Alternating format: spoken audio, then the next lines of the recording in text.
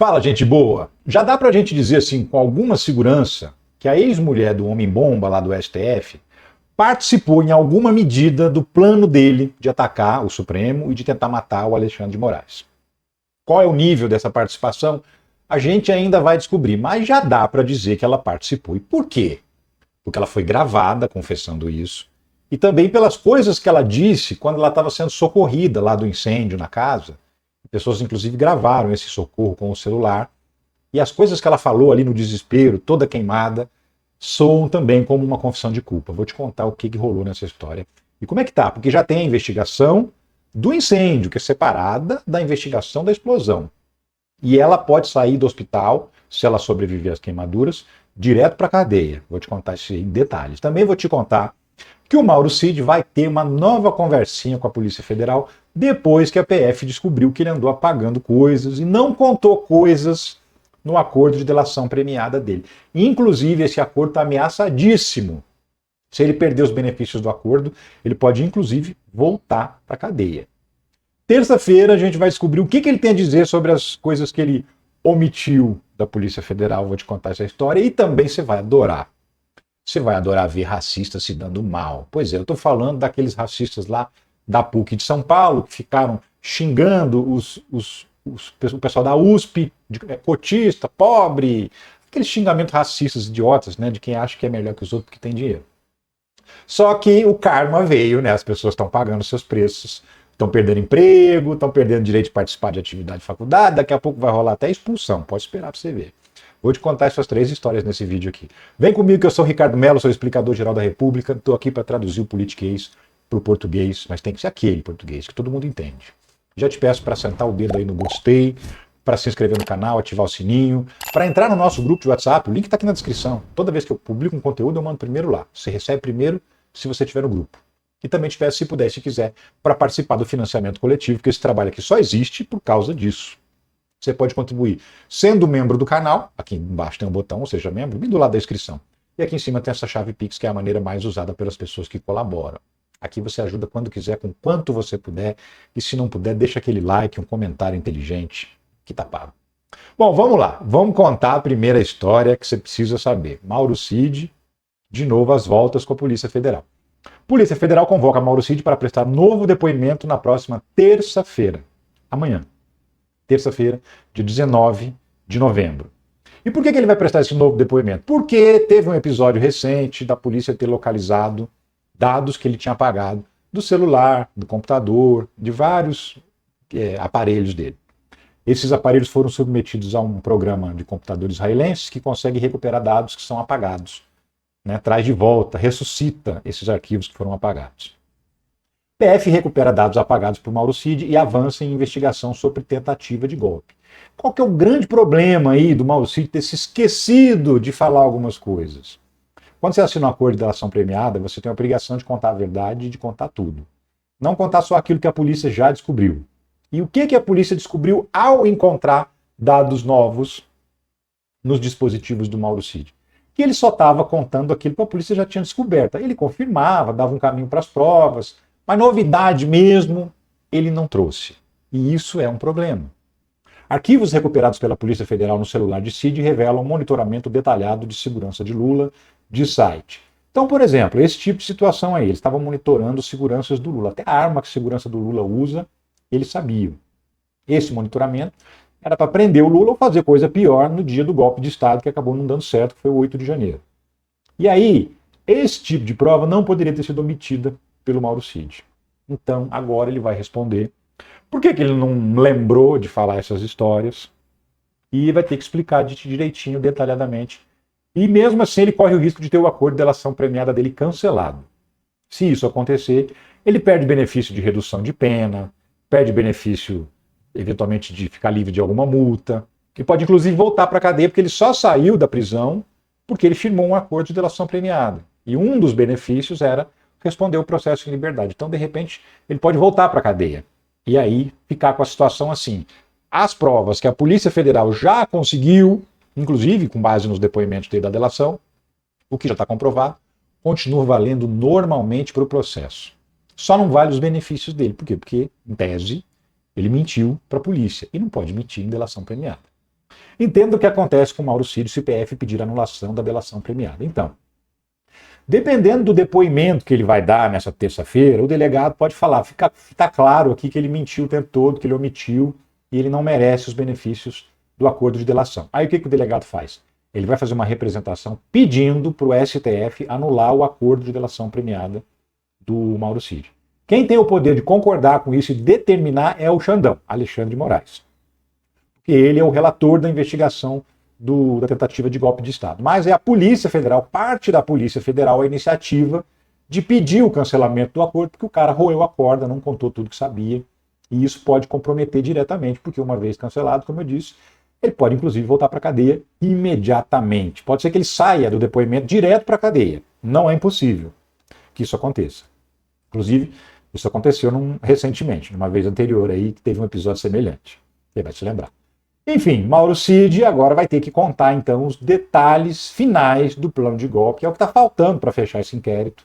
A Polícia Federal já está estimando que fecha ainda essa semana, no mais tardar da semana que vem, esse inquérito, e encaminha para o Ministério Público, para a Procuradoria-Geral da República. E aí, o PGR, aí sim o Gonê entra em cena, e aí o Gonê vai analisar o inquérito da polícia e vai decidir se ele deve ou não ser denunciado.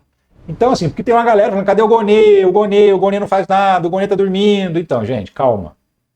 O inquérito importante mesmo é esse do golpe. Considerando aí, o inquérito da vacina não é nada perto de um golpe de Estado. O inquérito das joias não é nada perto de um golpe de Estado. Esse inquérito do golpe de Estado ele é realmente importante. É ele que tem o potencial de colocar o Jair Bolsonaro na cadeia. E ele ainda não chegou na mão do Gonê. Então o Gonê não poderia mesmo ter feito nada, por enquanto. Mas a partir do momento que a polícia indiciar o Jair Bolsonaro, o que deve acontecer, talvez ainda essa semana ou semana que vem, aí sim a bola está com o Gonê e a gente vai ficar no pé até ele oferecer denúncia para o STF. Até lá, ele tem o benefício da dúvida. Seguimos aqui, tem outra notícia que é justamente aquela que te trouxe aqui, né? Testemunha diz à polícia que ex-esposa de homem-bomba ajudou a planejar atentado. Exatamente. Por isso que eu disse lá no começo do vídeo que a gente poderia afirmar isso com alguma segurança, que ela ajudou, ela participou de alguma maneira. O que acontece? Uma vizinha, inclusive uma vizinha que ajudou ali no socorro dela, quando ela botou fogo na casa do cara e com ela dentro, essa vizinha gravou, num momento anterior, a mulher contando que ajudou o ex-marido a planejar o atentado, que participou do planejamento, sabia de tudo, conversava com ele sobre o assunto e tal. E essa mulher teria gravado um vídeo dessa confissão e entregou esse vídeo para a polícia, que está fazendo a investigação. Então isso pode complicar bastante a mulher e pode inclusive ajudar a explicar o que aconteceu, por que ela foi incendiar a casa com ela dentro, por que ela teria tentado contra a própria vida. E aí, o que ela própria falou ajuda a revelar tudo isso, né? Ex-mulher de homem-bomba no STF pede para não ser presa após incêndio em Santa Catarina. Sim, esses vídeos são feios, não dá para mostrar aqui no YouTube. Ela está muito machucada, né? Jamais seria aceito pelos termos de uso aqui da plataforma. Mas eu vi esses vídeos. E nesses vídeos ela grita, eu não quero ir presa. Ela tá exatamente assim, eu não quero ir presa, ela fala. Fala que tinha que ter ido embora junto com Cisco, lá o tio França. Fala que o plano era os dois terem feito tudo juntos. Então, assim, naquele momento de desespero, ela está confessando. Além dessa confissão que ela fez antes do incêndio, que foi gravada por uma vizinha, tem a confissão que ela faz durante o momento em que ela está sendo socorrida. E realmente eu vi isso e ela fala. Então, isso denota claramente que ela participou, que ela sabia, que ela ficou conversando com ele. E aí, o que pode ter levado essa mulher ao desespero? Saber que a Polícia Federal está com os celulares do tio França e que vai periciar esses celulares e vai abrir lá e vai ver todas as conversas que ele teve com todo mundo. E possivelmente vai ter um monte de conversas dessa mulher com ele. E isso poderia incriminá-la. E aí, aparentemente, ela tomou uma decisão extrema, né, de atentar contra a própria vida. Esse depoimento aqui é importante. Eu acho que eu até já mostrei esse depoimento, não é novo, foi logo no dia seguinte do atentado. Mas eu quero chamar a atenção para uns detalhes aqui sobre o que ela fala, quando ela fala que o plano dele era realmente matar o Alexandre de Moraes e tudo mais, mas aqui ela talvez dê um sinal de que ela concordava. E muita gente não prestou atenção nisso. Eu reparei desde o primeiro dia isso, mas eu acabei comentando sobre isso só num vídeo dias depois. Mas dá uma olhada. Assim, do fato em si, ele falava que ia matar gente, que ia se matar. Alexandre de Moraes. Sim, mas só o Alexandre de Moraes ou Então, esse é o ponto que eu queria chamar a atenção. De cara, vamos de novo? Ó. do fato em si? Ele falava que ia matar gente, Não. que ia se Gente, matar. É o Alexandre de Moraes. Sim, mas só Ela fala, gente não, só o Alexandre de Moraes. Dá a ideia de que ela também não considera o Alexandre de Moraes gente, assim como o ex-marido dela não considerava ele um malfeitor, né? Dá essa ideia, assim. Isso passou batido, eu não vi comentários sobre isso na imprensa, e depois que ela incendiou a casa, tudo passou a fazer um pouco mais de sentido. Vamos seguir. o Alexandre de Moraes ou... E quem tivesse perto naquela hora. É. Então já tinha esse plano já um tempo atrás, desde a eleição. Quando foi ganhar a eleição. Ele foi lá naquele 8 de janeiro, ele estava lá? Não. Estava aqui na cidade, né? Aqui na cidade. Ele disse como é que ele ia matar o Alexandre. Mas falou que ia. Ele falou que mataria ele e se mataria. Eu acho que ontem deu errado, porque ele foi sozinho. Não, deu errado não. Tá aí, ela fala que ele se mataria nessa tentativa de matar o Alexandre de Moraes. Tem esse aspecto aí do gente não, o Alexandre de Moraes, que me chamou a atenção também, né? E aí, aqui tá o incêndio depois, né? Então, 2 vídeos assim que são relativamente pouco vistos por aí. Eles botaram fogo em tudo. Não, gente, pra que isso? Né? Botaram... Enfim, e um outro vídeo, que é esse aqui, que você já deve ter visto também, né? Que mostra a casa pegando fogo. Olha aí, pessoal, pegando fogo agora na casa do França. Olha ali o França que estava lá em Brasília. Tá pegando fogo na casa dele agora, nesse momento. Aí, então assim, aí aconteceu isso, né? Ex-mulher do homem-bomba, Daiane Dias, é levada para a ala de queimados. Ela está internada em estado grave, a situação dela é muito delicada mesmo, ela teve queimaduras no corpo inteiro, 100% do corpo, queimaduras graves. Então assim, nem se sabe como é que ela vai evoluir, como é que ela vai sair dessa situação. Mas, se ela sair viva dessa situação, o que espera aqui fora não é coisa boa, não. Polícia diz que a ex-esposa de homem-bomba pode ser presa por incêndio. Então, só o fato dela ter colocado fogo na casa já é um crime que pode dar prisão. Então, ela pode sair do hospital direto para a cadeia pelo crime de incêndio. Fora o que a polícia vai investigar da possível participação dela nesse atentado do tio França lá no STF, né? Se ela realmente ajudou ele, que seja com conselho, mesmo que não seja nada prático. Tudo isso vai incriminá-la, vai colocá-la como co-partícipe desse atentado contra o STF. E aí, quando ela fala lá toda queimada, eu não quero ir presa, eu precisava ter ido junto, o combinado era ir nós dois, ela está revelando para todo mundo que ela participou de alguma maneira disso. E a gente vai descobrir o grau de participação dela quando a Polícia Federal revelar o que tinha nas conversas de celular do homem-bomba. Aí a gente vai saber qual o grau de participação dela, mas que teve uma participação, agora já não tem mais dúvida, né? Aí você pode falar assim, queimaram o arquivo, como é que deixaram a casa do cara sem proteger? Não, gente, fiquem tranquilos, a polícia já tinha ido lá. Polícia, PF investiga incêndio em casa de homem-bomba, mas descarta prejuízos para inquérito. Por quê? Porque a polícia já tinha ido na casa, já tinha feito toda a varredura, recolhido tudo que ela considerava que era prova, tudo que ela considerava importante. Então, a perícia já tinha ido lá, já tinham feito tudo que tinham que fazer para o processo. Então, depois que puseram fogo na casa, já não tinha mais nada que podia ser apagado lá, que a polícia já não tivesse descoberto. Então, por isso que isso não prejudica o inquérito em nada. Tá aqui a casa como ficou, na fotografia, realmente totalmente queimada, mas não atrapalha a investigação, porque a polícia já tinha ido lá. PF colhe depoimento de vizinha a vendedor de fogos para traçar rota do homem-bomba. Então, assim, a mulher que alugou o kitnet para ele, o cara que vendeu os fogos de artifício, teve uma pessoa em situação de rua que prestou um depoimento também, falando que viu ele conversando com uma outra pessoa e que nessa conversa ele mencionava alguma coisa que parecia ser o plano do atentado. Então, isso, de novo, sustenta a hipótese de que pelo menos mais uma pessoa sabia do que ele estava fazendo. Pode ser ex-mulher ou pode ser uma outra pessoa. De novo, a polícia vai descobrir quando vasculhar o celular dele. E a gente vai ter esses detalhes. Polícia Federal pedirá ao Supremo quebra de sigilos bancário, fiscal e telefônico de homem-bomba em Brasília. Então, assim, para abrir o celular dele, tem que ter ordem judicial. Os aparelhos estão lá apreendidos, mas enquanto a justiça não mandar abrir, a polícia não pode colocar no aparelho para fazer a perícia. Por quê? Porque é a quebra do sigilo telemático dele. Também pediu a quebra do sigilo bancário, fiscal, para saber se a renda dele era compatível, se ele recebeu algum depósito de alguém, alguma transferência bancária de alguém que possa ter financiado isso. que pudesse estar bancando ele em Brasília, qualquer coisa nesse sentido. Tudo isso vai ser descoberto a partir da quebra desse sigilo bancário, fiscal e telefônico. E toda a movimentação financeira dele vai ser rastreada, toda a renda dele vai ser rastreada e também todas as conversas dele, as redes sociais, porque as conversas que já foram divulgadas, você já viu lá, deve ter visto uns prints de zap que foram divulgados, não foi tirado da perícia do celular dele, é que na verdade ele mandava mensagem para ele mesmo no celular, dava print na tela do celular e publicava esse print no Facebook, aberto, para todo mundo ver. E são esses prints que estavam no Facebook que a polícia achou e que já apareceram na imprensa aí. Mas o rastreamento mesmo do celular dele ainda não aconteceu, ainda vai acontecer.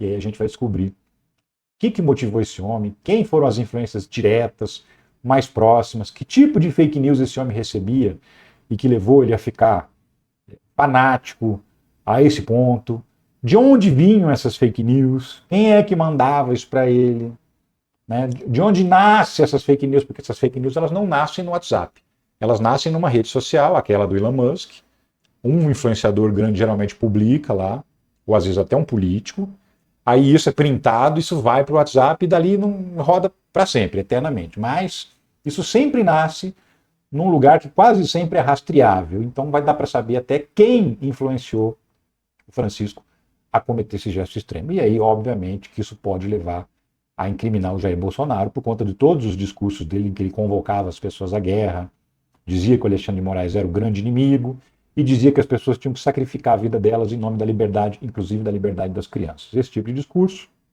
pode colocar o Bolsonaro dentro dessa máquina que lavou cerebralmente a cabeça do tio França e levou ele a cometer esse atentado.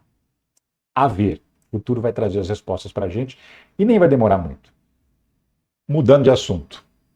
Estudante de Direito da PUC é demitida de escritório de advocacia após ofensas a cotistas da USP. Sim. O que acontece? Você deve ter visto esse episódio. Está tendo jogos universitários lá em Americana, que é no interior de São Paulo. E aí estava tendo um jogo entre, acho que é de handball, um jogo entre uma faculdade particular, a PUC de São Paulo, curso de Direito, e o pessoal da USP. E aí o pessoal da PUC, que é aquela playboyzada, né, que paga um absurdo de mensalidade, que o papai paga, na verdade, né, o papai é todo mundo, tá? Tem um ou outro lá que trabalha para pagar, o restante é tudo filho de papai. E os cotistas, né, o pessoal também consegue cota. Então, tirando essa galera, é tudo playboy. Essa playboyzada que se acha, né, porque tem grana, começou a xingar para ofender a torcida adversária, os jogadores do time adversário. E qual que era o xingamento? De que essas pessoas eram pobres, de que essas pessoas eram cotistas. E aí, quando você fala em cotista, naturalmente está falando das pessoas pretas. E aí, obviamente, esse tipo de provocação não é uma provocação. Isso é racismo explícito, né? E aí vazou, isso viralizou. E aí, de repente, esses estudantes de direito de uma faculdade prestigiada, né, conseguem estágios também em escritórios prestigiados, só que aí vazou a história. E eles começaram a perder o emprego. Ela nem foi a única, tá? Alunos de direito da PUC São Paulo acusados de racismo deixam escritórios famosos. Já tem pelo menos 2, tem um terceiro aí que tá faltando só o escritório confirmar se demitiu também, mas era tudo estagiário, tudo um bando de idiota, racista, e pagou o preço, né? Tá pagando, começando na verdade, porque esse preço ainda tá barato. Vem aí o inquérito criminal, depois vem um processo, certamente isso vai dar indenização, então vai sair dinheiro do bolso desses playboys ou dos seus papais para pagar a indenização para as vítimas que foram à justiça, foram à polícia para fazer boletim de ocorrência de crime de racismo, né? Isso é claramente racismo. Cotista e pobre, entenda os casos de discriminação de alunos da PUC contra estudantes da USP. Então, eu também não vou mostrar o vídeo porque mostra um monte de gente, tem gente lá no meio que não estava xingando, que não estava sendo racista, mas que aparece no vídeo, não vou expor por essas razões, né? Mas aí a gente está vendo, torcida de direito da PUC que ofendeu cotistas da USP ficará fora dos próximos jogos universitários. Eles foram expulsos desses atuais jogos universitários, que ainda não acabaram, e também nos próximos não vão poder participar. Internamente, as faculdades estão dizendo que vão abrir processos sindicâncias, processos administrativos que podem, inclusive, levar à suspensão desses alunos. As faculdades não, na verdade, né? A faculdade, a PUC, porque o aluno da USP é vítima, nesse caso, a USP não tem o que fazer, só que cobrar. Os diretórios acadêmicos, que são aqueles grupos de estudantes, também divulgaram nota dizendo que são contra a discriminação. E existe um coletivo, um grupo de cotistas da PUC, que também se manifestou. E o que eles disseram? Coisas graves. Disseram que na PUC isso é comum, que isso apareceu agora, mas que o racismo lá dentro é escancarado, inclusive de professores, porque eles falam em corpo discente e corpo docente, né? Alunos e professores, e que o racismo lá corre solto e ninguém toma previdência. Inclusive, eles já fizeram queixas internas na faculdade e nenhuma providência foi tomada. Até então, a USP ainda não... Só, né, aquela manifestação de praxe, somos contra a discriminação e tal, mas ainda não expulsou ninguém. Mas, diante da repercussão e diante da pressão que vai surgir nesse caso, é bem possível que role aí uma expulsão desses alunos, então vão ser expulsos da PUC, possivelmente. Os que têm estágio em escritório chique já perderam os estágios, vão responder processos criminais, já vão entrar na advocacia sem o réu primário, já perderam o réu primário, porque é crime, isso não é infração, isso é crime. Né? E crime grave, crime inclusive inafiançável. Pois é, racismo é um crime muito grave, de pena grave. E é isso, eu adorei, para ser sincero, porque agora eu penso assim, todo castigo para racista é pouco. Então assim, tá só começando o problema para eles, eu espero que realmente vá muito longe a punição para essa racistada da PUC de São Paulo. Você que estuda na PUC, que não participou disso, que não concorda com isso, pelo contrário, que condena esse tipo de atitude, a você a minha solidariedade por ser obrigado a conviver com essa racistada que estuda aí na mesma faculdade que você. A você que concorda, que está achando que é mimimi, que está achando que é coisa demais, foda-se, como diria a Janja. E é isso, eu fico por aqui, eu volto a qualquer momento com outras notícias sobre a política brasileira. Um abração e tchau.